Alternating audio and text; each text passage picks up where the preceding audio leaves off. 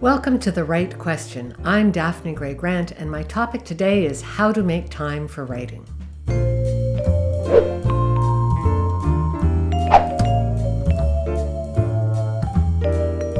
I have a question from Tiffany Jones from Boston, Massachusetts. Here's what she's asked. I have a totally unpredictable schedule. Some mornings I can spare 30 minutes for myself, but other days I have to leave home at 6:30 a.m. to be at my campus in time for teaching.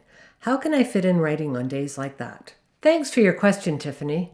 While it's important to make time for writing, it's also important to make time for, living. That's why I never encourage people to wake up at 4 a.m., reduce their hobbies, or cut back on their social lives just to make time for writing. Instead, I think it's valuable to take a super realistic look at the amount of time you do have. Then you can figure out how to get the maximal writing value out of it. Many of us have more time than we think, especially if we're able to establish habits that allow us to do the things that are important to us. I know, it's hard to establish habits when your schedule is unpredictable. So here's what I suggest. Given that you have a variable schedule, you're not likely to be able to write at the same time every day. Just accept that as a fact. Instead of looking at your life as a whole, look at it one day at a time. Here are some basic principles to use. On any given day, what's the earliest time you could devote to writing?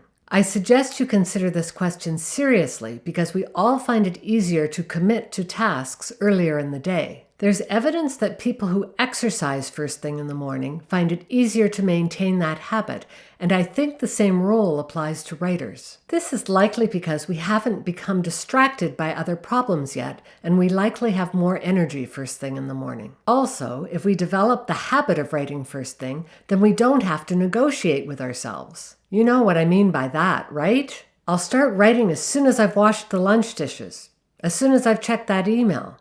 And before we know it, it's dinner time. Anyway, look at each day of the week and earmark the time you will dedicate to writing for that day. Put it on your calendar and commit to it. 2 more suggestions. First, make the time commitment really small. If you're like most academics, you probably think that if you're not spending at least an hour on your writing, it's not worthwhile. That's not true. Even 10 minutes can generate a reasonable number of words. But the point isn't so much how many words you can accumulate, it's whether you can build a habit that you can sustain day after day. I suggest you begin with somewhere between 10 and 20 minutes. Do that for at least 2 weeks before you increase the time. I know it might feel laughably short to you, but you're trying to build a habit. My second suggestion might feel even kookier, especially if you think that 10 to 20 minutes isn't enough time. I suggest you reward yourself for your effort. The reward doesn't have to be expensive, either in terms of money or calories,